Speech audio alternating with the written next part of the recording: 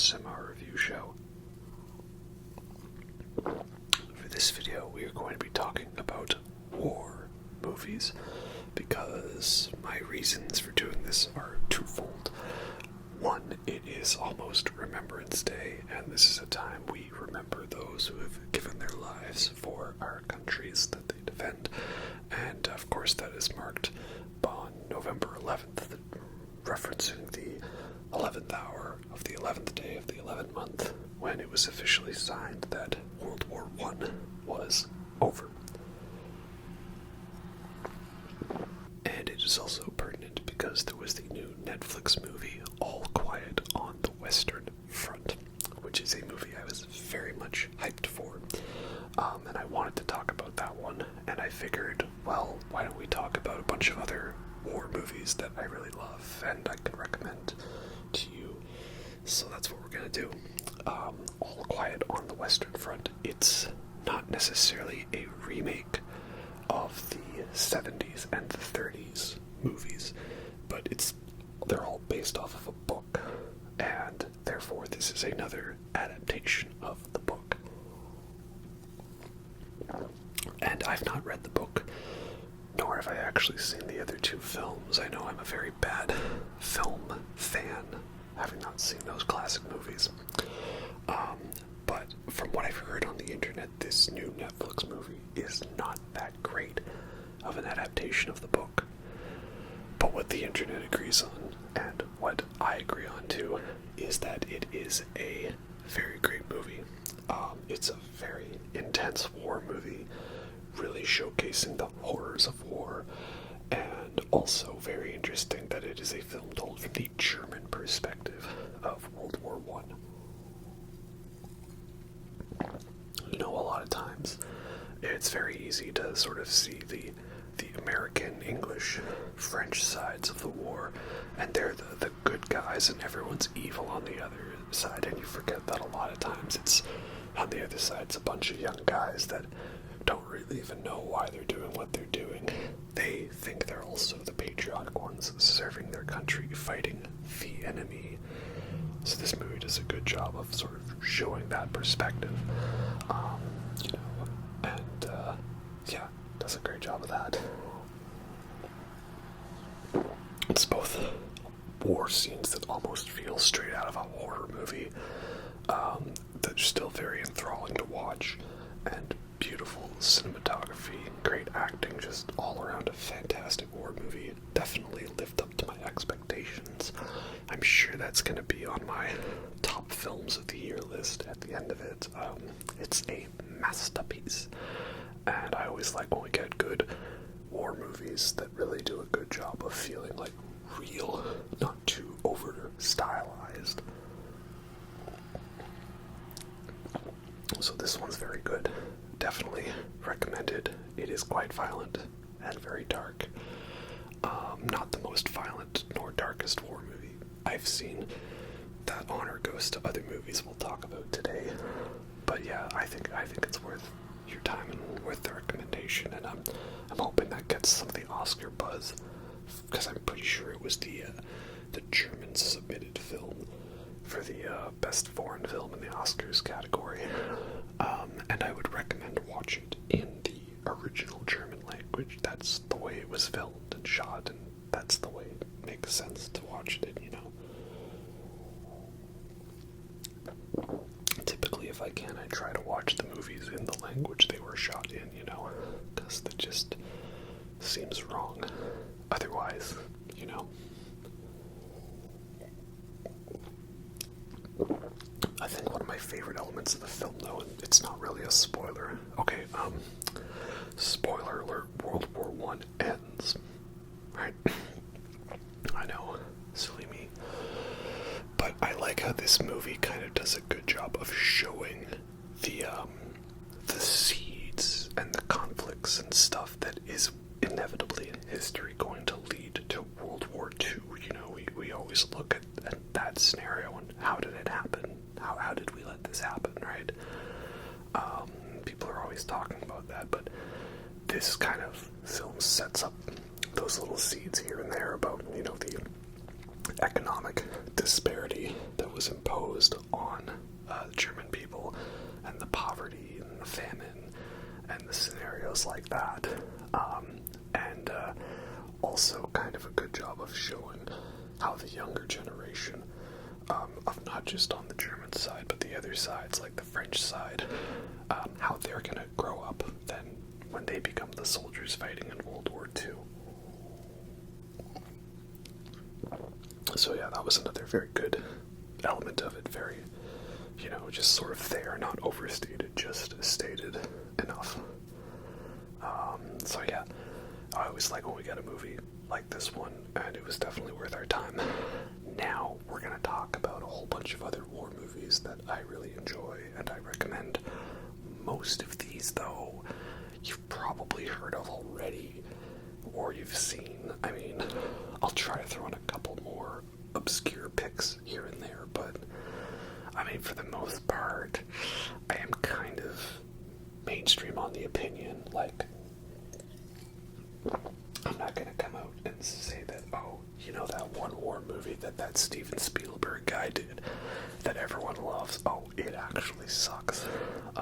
No, I'm not gonna act like Saving Private Ryan is a bad movie. It's not, and I think it actually does get a little bit of pushback these days for being like, oh, it's got an amazing intro, and I guess the ending's kind of alright, but the rest of the movie sucks. And I'm here to be like, no, Saving Private Ryan is a masterpiece. It should have won all the awards in 1998, and it is absolutely perfect, start to finish. I love it so very much. I'm always an emotional wreck at the end of that movie. And again, do I really need to recommend that one, though? You all know it, right? The D-Day sequence is so harrowing, and so many other little bits and pieces throughout the film, and the final battle is just so realistically shot and intense. It just feels real in a way that war movies hadn't really ever captured before. But I also don't think it's like overly patriotic. I think it just sort of presents the events as is. So yeah, I really love that movie, as many other people do. Not gonna give you some hot take on that one. That's just how it is. And a lot of these movies I sort of watched and grew up watching because I was really into the Medal of Honor video games when I was younger, specifically Medal of Honor Frontline and Medal of Honor Rising Sun.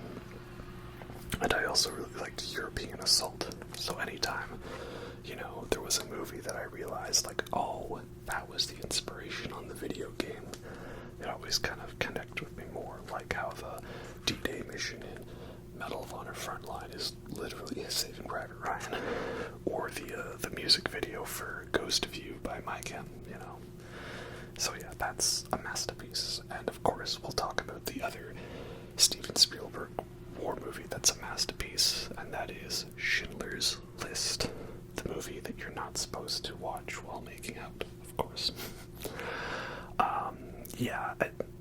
When it comes to my definition of war movie, I guess it's a little loose because some of these are like straight up war movies, some of them are movies that take place during the war, and some of them are almost spoofs or like satires, and some of these focus on the war, some of these focus on espionage, and some of them focus on people just trying to survive. So Schindler's List is, of course, the Holocaust movie, and it's, again, like, legit amazing.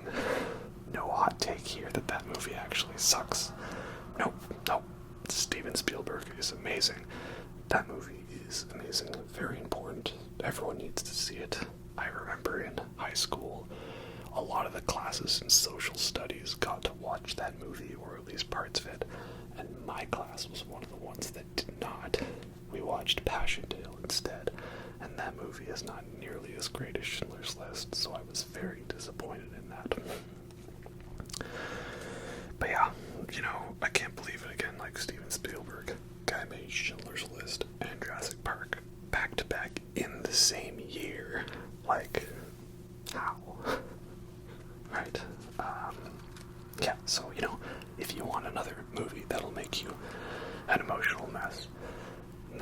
look no further than that one. It's, again, legitimately amazing. Great performances from everyone. Most people will talk about Ralph Fiennes, also known as Ray Fiennes, as his big evil villainous role in Harry Potter as Voldemort. But, sorry, the best Ray Fiennes villainous performance, besides in Bruges, is him as Amon Goth in Schindler's List. Dude is just so terrifying, and then you hear stories about how they actually had to tone down what he was going to do because some people, they thought people wouldn't believe the real Amon Goth could be so monstrous. Like, that's crazy, man. So yeah, if you ever want a movie to turn you into an emotional wreck, just watch the end of Schindler's List. Sometimes if I need a good cry, I put that on. But we're not done with Steven Spielberg yet, because this one movie of his is a war movie I think is a very underrated one, and that is War Horse, which came out in like 2011, and that one came out and it got a decent Oscar buzz, and it didn't really win anything, and then it kind of came and went. Most people kind of talk of it as being a mid-tier movie, but I recently rewatched it and I was kind of blown away, like, damn, this movie's really good. Like, I love it a lot. I guess it's a little overshadowed now by some more recent World War I movies, like All Quiet on the Western Front and a couple others we'll talk about. You know, in terms of its depiction of the battle and trench warfare and all that. But it's a really great movie. It's a very emotional story about this boy and his horse, and the horse being sold into the war effort, and then him joining the war to hopefully find him and make sure he's alive. It really takes its time to get going, to introduce the characters and build up the drama. A lot of great performances from actors I didn't recognize at the time, like Tom Hiddleston and Benedict Cumberbatch, so that's great. And yeah, a very emotional movie with great John Williams score. Of course, John Williams, he always knows how to get you in the heartstrings. But I think one of my favorite elements about the movie is the evolution of technology across World War I. Because a lot of movies, you know, they look at one specific moment in a war, or one specific battle, or maybe like a year or two, but War Horse covers pretty much the entirety of World War I, before, during, and a little bit after. And I like that because you kind of get to see the way technology evolved and how it really changed everything. You know, it was a really crazy, insane war in terms of the scale and the scope of everything. Like, it starts off very retro, you know, with cavalry charges and swords and horses, and then all of a sudden, no, we can't do that because there's machine guns, and then tanks come into the picture, and they're big and scary tanks, and then there's the trench warfare that slowly evolves as they're digging trenches in no man's land, and then there's the gas attacks, mustard gas, chemical warfare, and you see the way the land has been changed. We go from all these peaceful green fields and forests to, again, literal no man's land and burnt rubble and all that. So I really like the way that evolves throughout the movie. And again, it's a movie that makes you feel sympathy for a horse, right? It's a pretty great movie, if I do say so myself. Very underrated. But then, while we're talking about World War I movies, the one that I guess kind of has it beat in terms of the depiction of the events and the battles and all that is 1917, which, again, no introduction, it was a huge hit when it came out and everybody loved it. The main appeal to that one was it was a suspense movie, a race against time. How these two soldiers have to cross the battlefield to get urgent papers that this attack needs to be lest a whole bunch of men get killed in a surprise attack. And the sort of gimmick to it is that it was all made to look like it's one shot.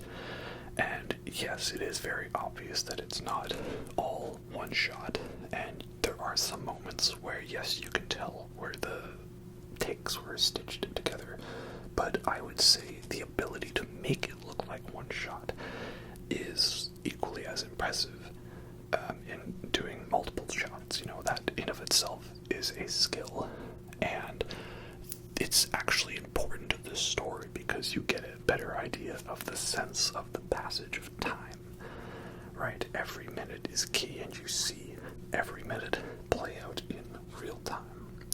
So it's not just some, film school nerd thing like, guys, look, I can do this in one shot. There was a lot of talk on the internet for a while about people collectively nutting themselves over long takes in movies like Goodfellas or Children of Men. And so then there was a bit where lots of filmmakers were putting longer takes in there just kind of as a way to look cool and not really servicing the story or anything. You didn't stop to think whether you should. You just did because you could. But again, I like the long take stuff in 1917. It does add a thematic purpose to the story. But for that, we have to thank another movie for bringing a highly tense, realistic element to war movies, and that was Dunkirk, which is another one of my favorite ones. I think it's also kind of underrated, because a lot of people love it, but a lot of people hate it, and I love that one. It's just a big, tense thrill ride, messing around with time, like an intricate puzzle box, but using it to just make you constantly go, oh my god, that's terrifying. So it's amazing. But it still gets me very emotional, like the bit where the cavalry shows up and Tom Hardy being a total badass in the movie, all those moments really get you in the feels. So I like that movie was kind of pushing for like really realistic looking stuff and trying not to over exaggerate with movie magic too much. I mean, there definitely is still some of that in there. Like, there's no way a Spitfire carries that much ammunition in it, But yeah, great movie, amazing. I'm glad that we're now getting hyper-realistic, well-shot war movies as hopefully a result of that. What else do I have on the list? Well, talking about World War I movies, though, one of my favorite ones is a much older movie, and I think it's kind of underrated because it gets overshadowed by the director's other films, and that is the Stanley Kubrick film Paths of Glory. It's a World War I movie, and it's about the French side, but also kind of an anti-war movie about the hypocritical nature of the commanders and the way they order soldiers to their death. So that's a very good one. Incredibly well shot and ahead of its time for 1957. Crazy. Again, maybe is it a little tame compared to 1917 or All Quiet on the Western Front? Yeah, but you gotta look on the time and what it was made, and it's not just about the battle scenes, that's part of it, but it's really about a soldier, Colonel Dax, played brilliantly by Kirk Douglas, trying to fight for the lives of his men, 3 of whom are being sentenced to be executed on the charge of cowardice in the face of the enemy, because the whole squadron failed the attack. So obviously it was because they were cowards, right? If the attack were impossible, the only evidence would be all of their mangled dead bodies in the trenches below. So that's a very good one, definitely worth the watch.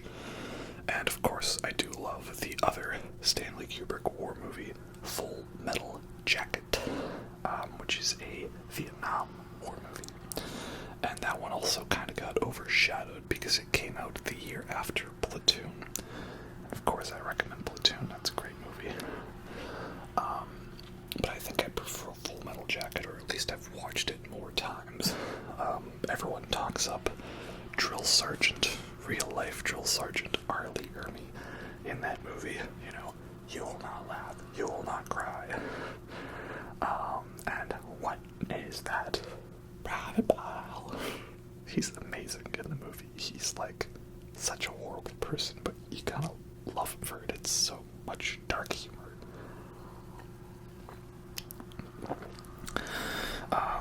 And I actually really like the second half of the film too. A lot of people really don't like it because it's kind of feels like two movies in one.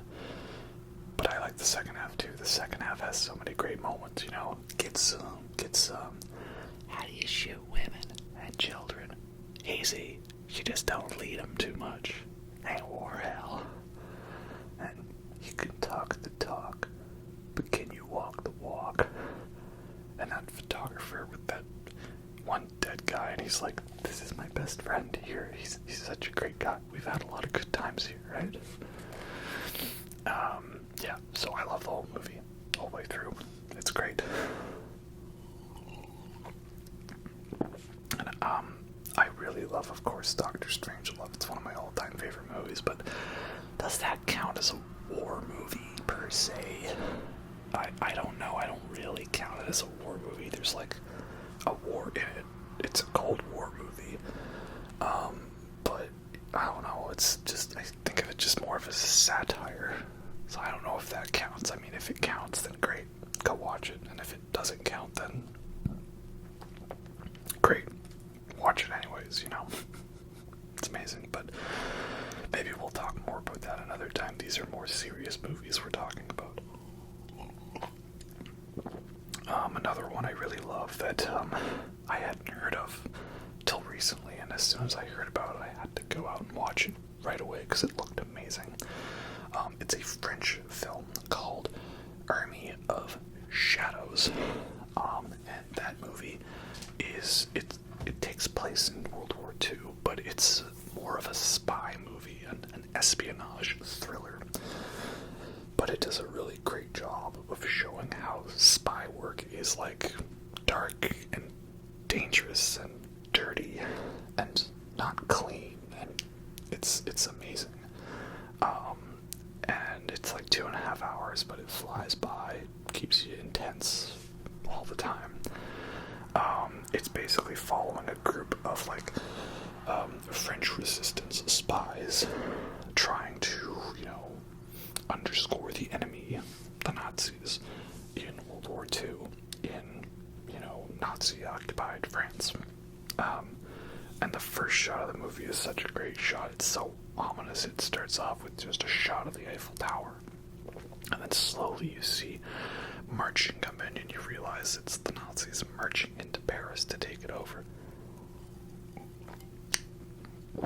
The rest of the film, we're following these French resistance members through their attempts to thwart Nazis, but also try to just simply survive, as they are, you know, worried about being exposed as being resistance members and thus executed, you know, unalivened, shall we say. It's not the best comparison. For some reason, it reminded me of the science fiction movie Brazil, and I know it has no relation to that movie whatsoever, but I think I got the same vibe as watching that movie, because Brazil was a movie I watched, and just as I was watching that, I was blown away by the creativity of that movie and how well it was made, and I was on the edge of my seat to see where would this movie go. I had no idea what was going to happen, and I was always excited to see what's the next set going to look like. Where's the movie going to take us next? I have no idea what's going to happen. And I was just so enthralled by it that I couldn't stop thinking about it afterwards. And that was the same experience I got watching Army of Shadows, which is why I highly recommend it. Yeah, I don't know, perhaps there's a kind of similar scene in Army of Shadows and Brazil. It's both scenes where it seems like all hope is lost and that our protagonist is as dead can be, but there's a last-minute escape attempt to save him. And also, I won't say anything more than that for fear of spoiling, but yeah, kind of similar vibes to Brazil, I guess. But yeah, great movie, very well shot for being a French film. I'm assuming low budget. French film in the late 60s. Very amazing.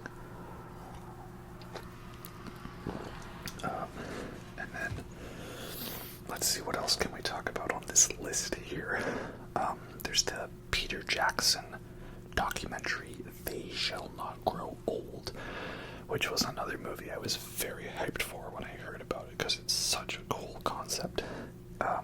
Him and his team, they tracked down a whole bunch of, like, archival World War I footage, and they remastered a bunch of it, and spruced it all up and colorized it, and it looks amazing. I mean, obviously the process is not perfect, but the result you get is still pretty cool nonetheless.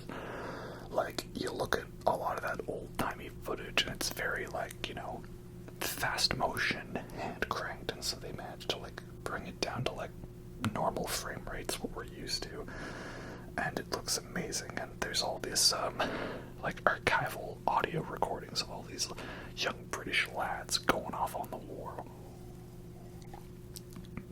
and talking about their experiences in it. So yeah, that's an amazing documentary, very eye-opening, and such a cool insight into, like, seeing the reality of the war. Very highly recommended.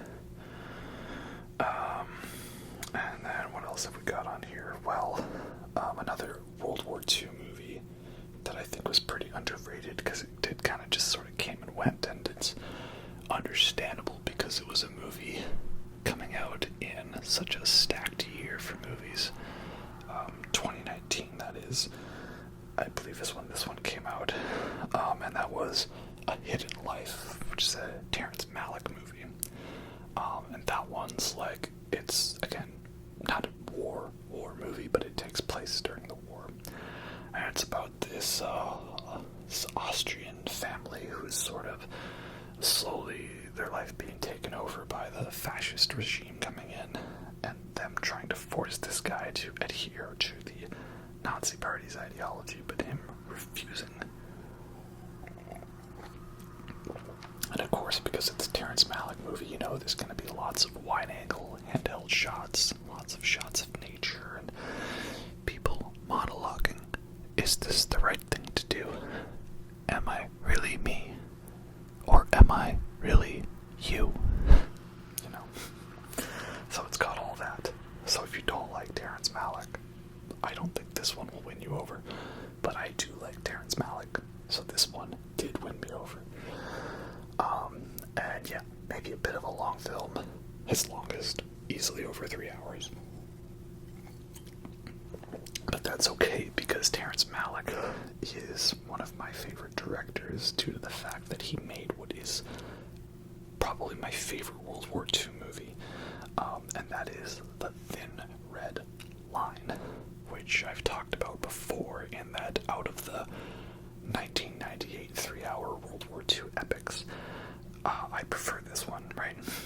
If I had a nickel for every time a World War II 3-hour epic came out in 1998, directed by one of the best directors of all time, I'd have 2 nickels, which isn't a lot, but it is interesting that it happened twice, and that they were both snubbed over Shakespeare in Love.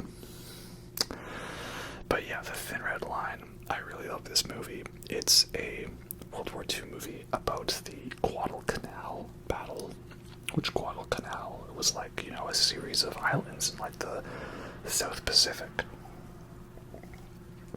You know, like Singapore-ish, you know, north of Australia, that sort of area, those islands, during the war against the Japanese army. And yeah, it's, of course, because it's a Terrence Malick movie, there's lots of voiceover about, what's this war in the heart of nature? Are you there, God? Do you understand me? So plenty of ASMR narration goodies for you, and a great cast of so many stacked ensemble characters. And there are battle scenes in it, and some action beats, and it is violent. But again, that's not really what you're there for. You're kind of there to watch that guy who played Jesus in Passion of the Christ, sort of rummage about thinking, what does it all mean? Or what's this life all about? So yeah, that's an amazing movie. Definitely my favorite World War II movie. Not my favorite war movie, though. That honor goes to Apocalypse Now. As if you've seen my previous videos, you probably figured out. I don't have it in this room, but I do have a giant poster of that movie. Apocalypse Now, fantastic movie, because it works as both a straight-up gung-ho action movie, a epic movie, spanning time and settings and everything like that, with great spectacle moments like the helicopter attack and Ride of the Valkyries, but also a kind of anti-war commentary on the insane nature of the war. Charging a man with murder like handing out tickets at the Indy 500. They were gonna get me a medal for this, make me a goddamn general, and I wasn't even in their fucking army. And also it's a weird, trippy, psychedelic acid movie. Like that bit where they're at, the Dulong Bridge, and it's like literally hell. Like they're crossing over into the underworld, and there's the weird carousel of doom, and there's the lost souls in the water, and they're crying out like, "Take me on the boat, take me, help me!" Right? The guy shouting out, "You're in the ass end of the world, Sergeant." Or let's see, no, he's not a colonel. Sergeant, Captain, yeah, Captain Willard. That's right. You're in the ass end of the world, Captain. Yeah, so many great layers to that movie, and again, there's not many movies that are well over 3 hours you can just kind of put on and all of a sudden realize you're halfway through it. Perhaps Lord of the Rings, but Apocalypse Now is one of them for me. I've legit been up in the middle of the night and randomly watched the long Redux version of it, just because I can, because it's a great movie. In terms of war movie, though, that affected me the most, that has to go to the Russian film Come and See, which I did a video on a couple years ago, and my thoughts have not changed on that one.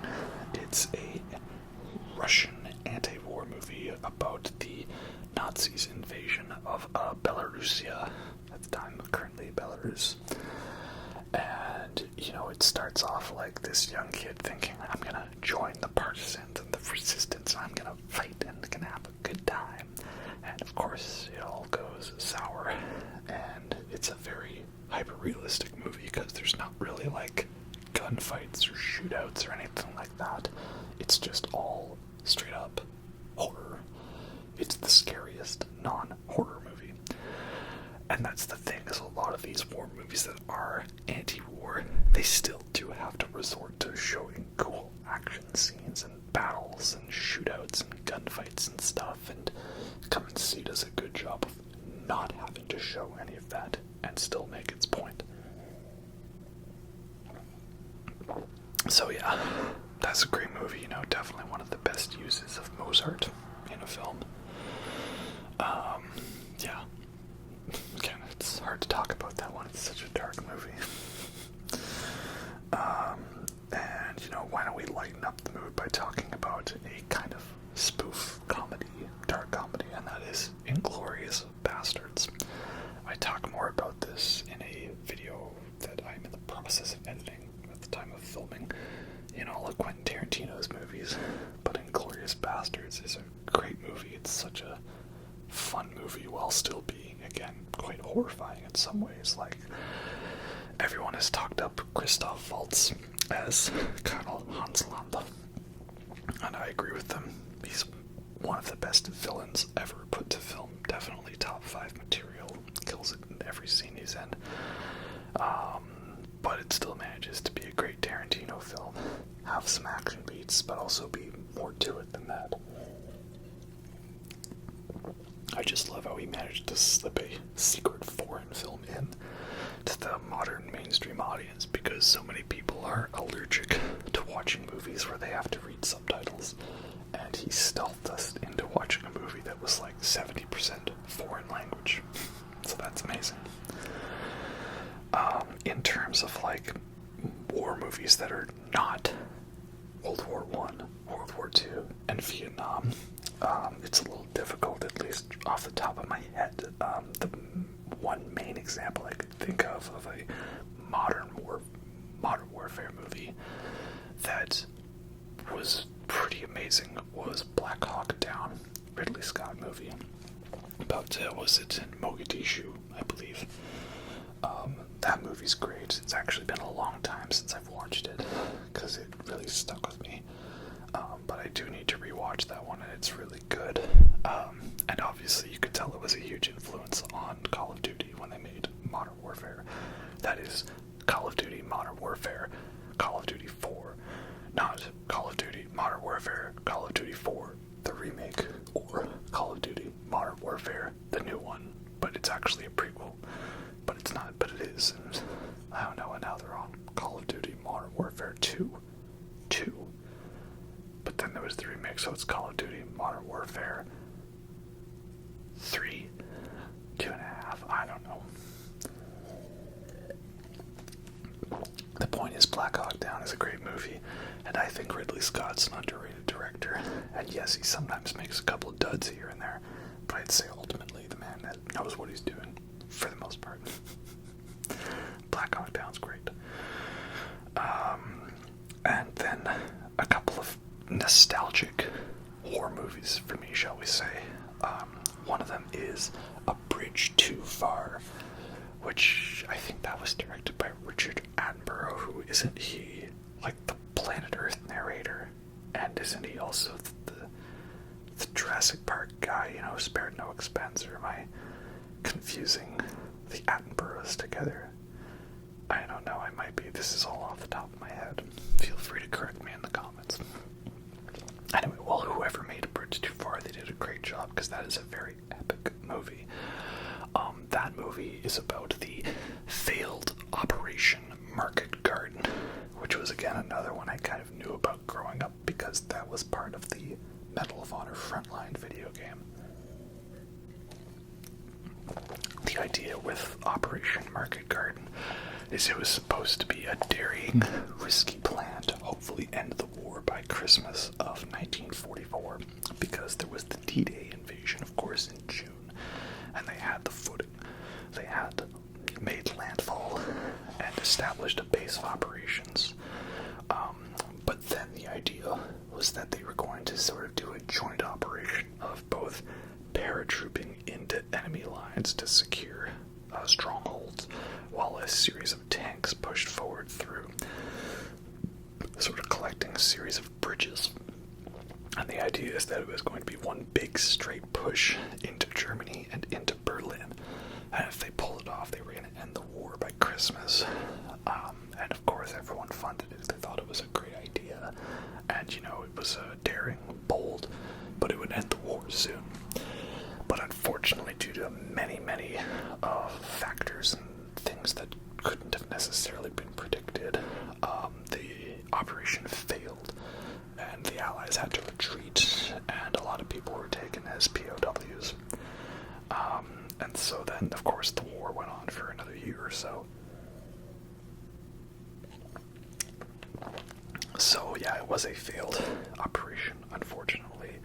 And that's what A Bridge Too Far details. It starts off almost kind of like a documentary with a narrator kind of explaining, hey, this was the scenario where we were at, and this was the plan. Then we see the plan put into motion, but ultimately, yes, they do realize they tried to go a bridge too far when it came to taking enemy territory. So yeah, it's a 3-hour epic. A lot of great performances from a lot of young and up-and-coming actors like Anthony Hopkins. Very great movie. Again, I watched that a lot when I was younger. I have not watched it in many, many years.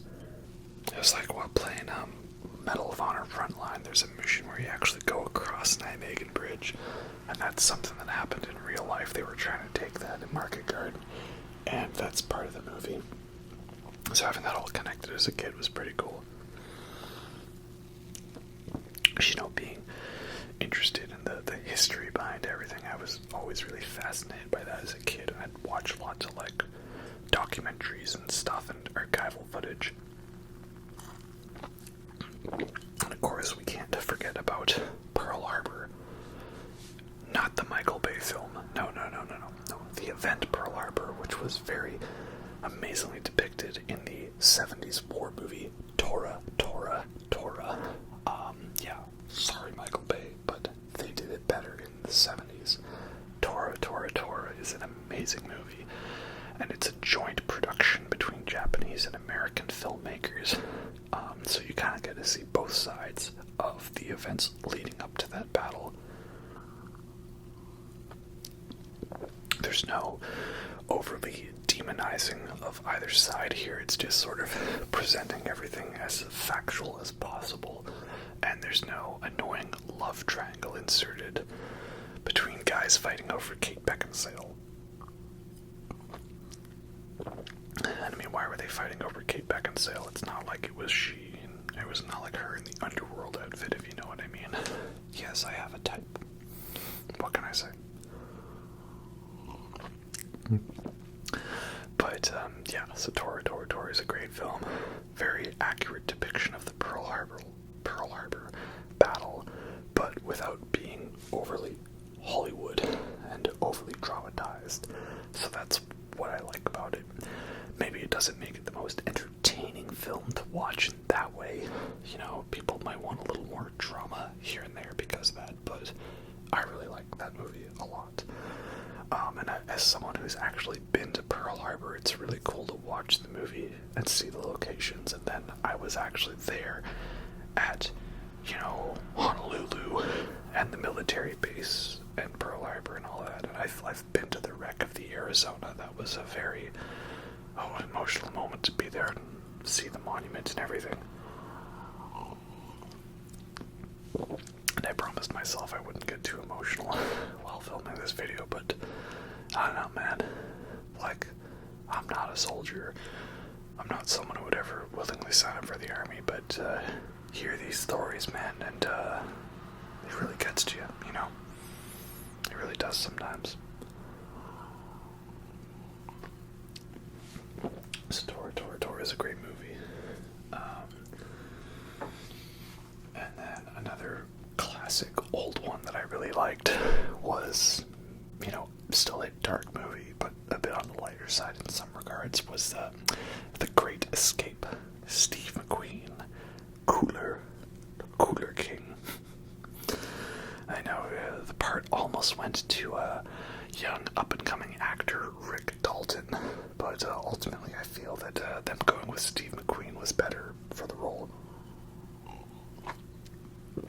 So that's another great one about these prisoners trying to escape a Nazi camp in World War II by digging some tunnels.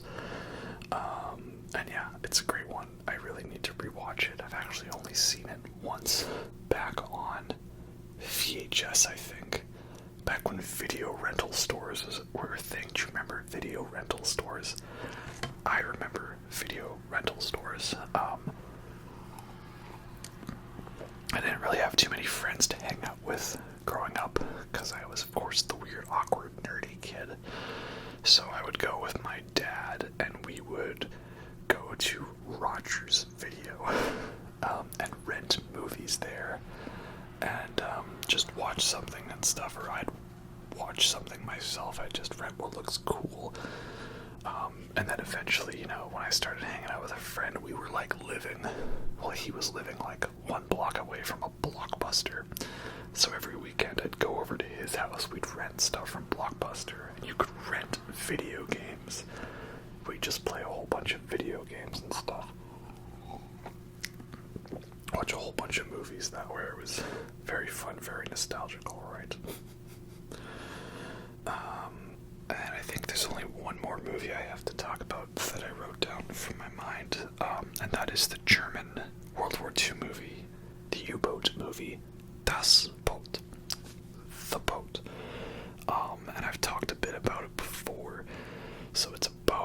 bunch of German soldiers on a U-boat in World War II. And yes, they are Nazis then.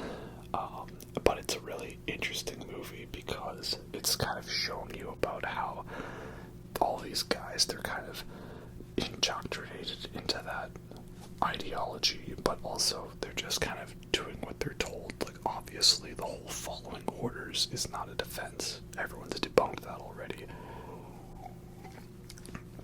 But when you get down to it, yeah, these are people not knowing that they're fighting for the wrong cause, thinking they're doing what's right because they were told to. And it's a very intense movie. It's like nail-bitingly intense, even though it's like 3.5 hours long. Because there's so many great moments of tension as these guys are in the U-boat and there's destroyers lurking above them and they have to remain absolutely quiet lest they get picked up by the sonar. So yeah, it's an amazing movie. Almost makes you want to root for them, really, you know. Probably one of the most claustrophobic movies I've ever watched, apart from like The Abyss. So yeah, it's a really, really good one. Like, I'm trying to think of movies, most triumphant movie moments, you know, moments that make you want to kind of stand up and go, yeah, baby. And there's a moment in Das Boot that definitely, I think, is up there in terms of most triumphant, greatest scenes ever. If you've watched the movie, you know what I mean. But, yeah, it's like an hour's worth of build-up, essentially. It's kind of crazy to think about that way. Anyway, I think I've talked about all my favorite war movies. Again, most of those are probably pretty, you know, pleb. Not very patrician of me. But hey, sometimes I can't really argue with what the populace has decided already. And I tried to sneak in a couple of obscure ones here and there. But yeah, there's a lot of great ones to watch. I'm sure I've left out a few. There's a lot of great war movies that I haven't seen yet as well. I know everyone talked up Hacksaw Ridge a lot, and I still haven't seen that one. Because I was watching the other movie where Andrew Garfield plays a pacifist in the sort of South Pacific Japan era from 2016, that is Silence, of course. And then this other one, there's one I've wanted to watch because I know it was also an inspiration behind some of the Call of Duty games in the early 2000s, Enemy at the Gates. Right. Apparently that one's pretty good. And we talked about Spielberg earlier, and I know he has another one about sort of World War II era Japan, but it's not really a war movie, and that's Empire of the Sun, with like a very young Christian Bale. I actually still haven't seen that one. So there's a lot of war movies I haven't seen, and then I know there's another one that comes up a lot, which is not a war movie, but kind of like a semi-documentary, semi-horror movie about the horrors of potential nuclear fallout at war called Threads. That was made in like 1984, and I've seen some stuff from it, and yeah, it looks pretty disturbingly realistic, shall we say. It's another one I still need to watch. So yeah, you guys have given me a lot of great horror movie recommendations on the last video. There's a lot I need to check out there. And now hopefully you guys give me some good horror movie recommendations, because I'm always looking to expand my knowledge. Like, you never know what you're gonna get when you listen to people's recommendations. Like, I talked up Army of Shadows earlier. That movie just sort of came about randomly, and I thought, this is something to watch, and I was just like in the zone for that whole movie. Like, couldn't believe how much I was hooked on that one. Anyway, that's all I've got for this one. So again, take a moment of your time for a moment of silence for our veterans. I think that is very important. I think that you should be allowed to love your country those who have fought for it without being overly blind to nationalism. You know what I mean? Like, loving your country means you're allowed to admit that there are things wrong with it, and that it is not perfect. I'm very glad that I live in Canada, but this is definitely not a perfect country, and it does not have a perfect history. But I am glad to live here, and I do respect those who have fought for this country, you know, or something like that. Anyway, hope you all enjoyed that, and have a good night.